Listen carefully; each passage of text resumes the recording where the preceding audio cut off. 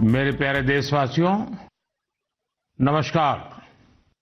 2025 बस अब तो आ ही गया है, दरवाजे पर दस्तक दे ही रहा है।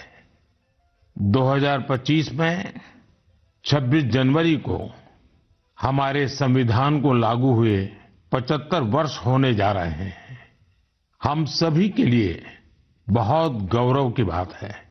हमारे संविधान निर्माताओं ने हमें जो संविधान सौंपा है, वो समय की हर कसौटी पर खरा उतरा है। संविधान हमारे लिए गाइडिंग लाइट है, हमारा मार्गदर्शक है। ये भारत का संविधान ही है जिसकी वजह से मैं आज यहां हूं, आपसे बात कर पा रहा हूं। इस साल 26 नवंबर को संविधान दिवस से एक साल तक चलने वाली कई एक्टिविटीज शुरू हुई हैं। देश के नागरिकों को संविधान की विरासत से जोड़ने के लिए constitution75.com नाम से एक खास वेबसाइट भी बनाई गई है। इसमें आप संविधान की प्रस्तावना पढ़कर अपना वीडियो अपलोड कर सकते हैं। अलग अलग भाषाओं में संविधान पढ़ सकते हैं। संविधान के बारे में प्रश्न भी पूछ सकते हैं। मन की बात के श्रोताओं से, स्कूल में पढ़ने वाले बच्चों से, कॉलेज में जाने वाले युवाओं से मेरा आग्रह है, इस वेबसाइट पर जरूर जाकर देखें, इसका हिस्सा बने। साथियों, अगले महीने 13 तारीख से प्रयागराज में महाकुंभ भी होने जा रहा है। इस समय वहां संगम तट पर जबरदस्त तैयारियां चल रही है। मुझे याद है, अभी कुछ दिन पहले जब मैं प्रयागराज गया था तो हेलीकॉप्टर से पूरा कुंभ क्षेत्र देखकर दिल प्रसन्न हो गया था। इतना विशाल, इतना सुंदर, इतनी भव्यता। साथियों, महाकुंभ की विशेषता केवल इसकी विशालता में ही नहीं है, कुंभ की विशेषता इसकी विविधता में भी है। इस आयोजन में करोड़ों लोग एक साथ एकत्रित होते हैं। लाखों संत, हजारों परंपराएं, सैकड़ों संप्रदाय, अनेकों अखाड़े, हर कोई इस आयोजन का हिस्सा बनता है। कहीं कोई भेदभाव नहीं दिखता है। कोई बड़ा नहीं होता है, कोई छोटा नहीं होता है। अनेकता में एकता का ऐसा दृश्य विश्व में कहीं और देखने को नहीं मिलेगा। इसलिए हमारा कुंभ एकता का महाकुंभ भी होता है। इस बार का महाकुंभ भी एकता के महाकुंभ के मंत्र को सशक्त करेगा। मैं आप सबसे कहूंगा, जब हम कुंभ में शामिल हो तो एकता के इस संकल्प को अपने साथ लेकर वापस आए। हम समाज में विभाजन और विद्वेष के भाव को नष्ट करने का संकल्प भी लें।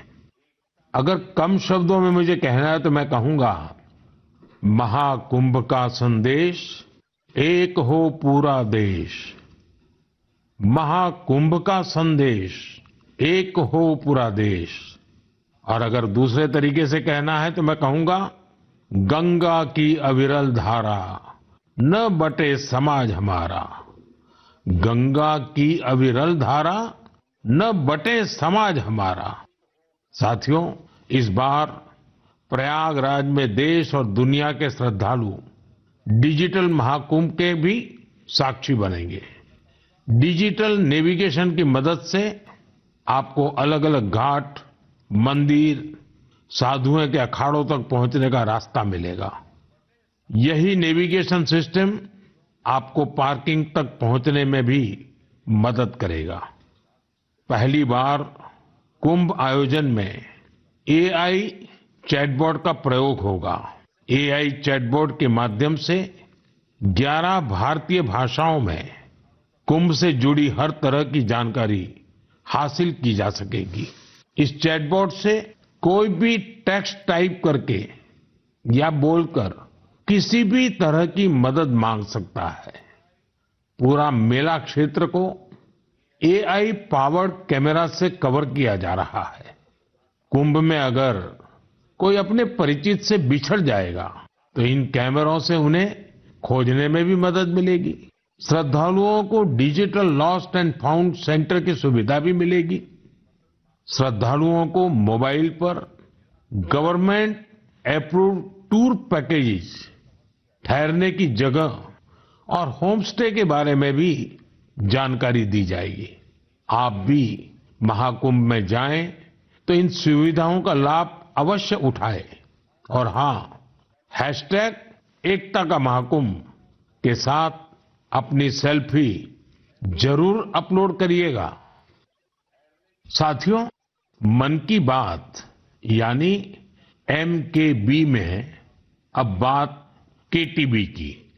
जो बड़े बुजुर्ग हैं उनमें से बहुत से लोगों को KTB के बारे में पता नहीं होगा, लेकिन जरा बच्चों से पूछिए। KTB उनके बीच बहुत ही सुपरहिट है। KTB यानी क्रश, क्रुश और बाल्टी बॉय। आपको शायद पता होगा, बच्चों की पसंदीदा एनिमेशन सीरीज और उसका नाम है KTB भारत है हम। और अब इसका दूसरा सीजन भी आ गया है। ये 3 एनिमेशन कैरेक्टर हमें भारतीय स्वतंत्रता संग्राम के उन नायक नायिकाओं के बारे में बताते हैं जिनकी ज्यादा चर्चा नहीं होती। हाल ही में इसका सीजन 2 बड़े ही खास अंदाज में international film festival of India Goa में लॉन्च हुआ।